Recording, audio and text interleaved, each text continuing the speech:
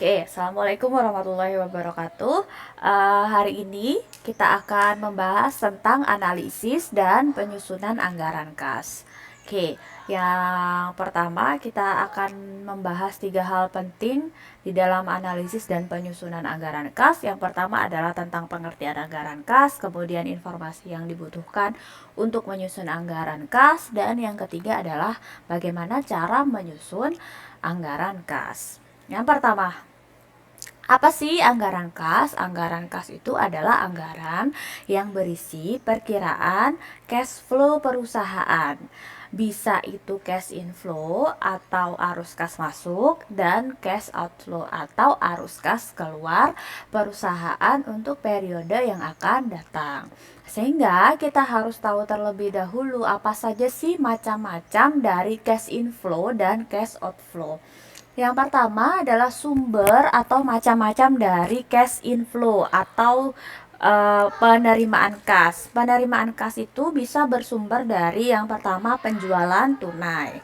Perusahaan menjual barangnya, kemudian penjualannya langsung dibayar, itu merupakan penjualan tunai. Kemudian bisa juga dari penjualan secara kredit.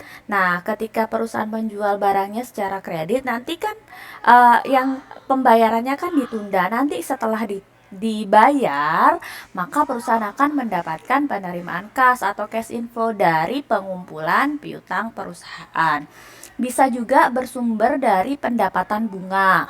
Pendapatan bunga kalau perusahaan meminjamkan dana ke orang lain atau ke perusahaan lain, itu kan tujuannya adalah untuk mendapatkan tambahan, yaitu dari bunga. Kemudian pendapatan dari investasi, misalkan perusahaan investasi atau beli saham perusahaan lain. Nah, setiap periodenya kan diharapkan akan mendapatkan pendapatan, yaitu bisa berupa dividen.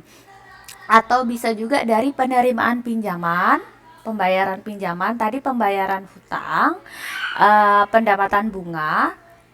Bisa juga dari penerimaan pinjaman. Jadi kalau perusahaan meminjamkan dananya pada suatu saat nanti ketika jatuh tempo kan nanti dibayar. Itu penerimaan kas. Kemudian bisa juga dari penjualan aktiva tetap, bisa dari penambahan ekuitas, atau yang terakhir adalah laba yang diperoleh oleh perusahaan. Oke, sumber dari cash outflow atau pengeluaran kas itu apa saja? Bisa untuk pembayaran gaji. Perusahaan mengeluarkan dana kas itu untuk pembayaran gaji, pembelian bahan baku atau pembelian aktiva tetap, bisa untuk pembayaran pajak sampai dengan pembayaran hutang dan bunga. Oke. Kemudian informasi yang dibutuhkan sangat simpel sekali, hanya ada 2, yaitu perkiraan cash inflow dan perkiraan dari cash outflow perusahaan. Nah, bagaimana cara menyusun anggaran kas? Jika perusahaan memiliki penjualan yang dilakukan secara kredit, maka akan muncul yang namanya anggaran penagihan piutang. Ingat ya, kalau perusahaan menjualnya secara kredit.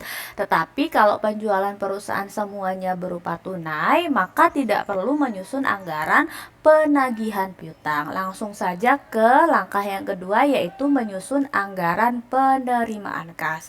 Kemudian yang ketiga menyusun anggaran pengeluaran kas, dan yang keempat menyusun anggaran kas sementara. Mengapa bersifat sementara? Kita lihat terlebih dahulu saldo, perkiraan saldo akhir kas perusahaan.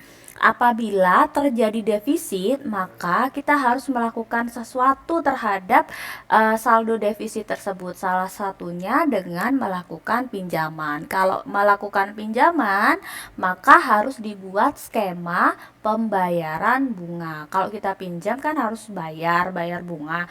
Nah, kita lakukan skema pembayaran bunganya, kita buatkan.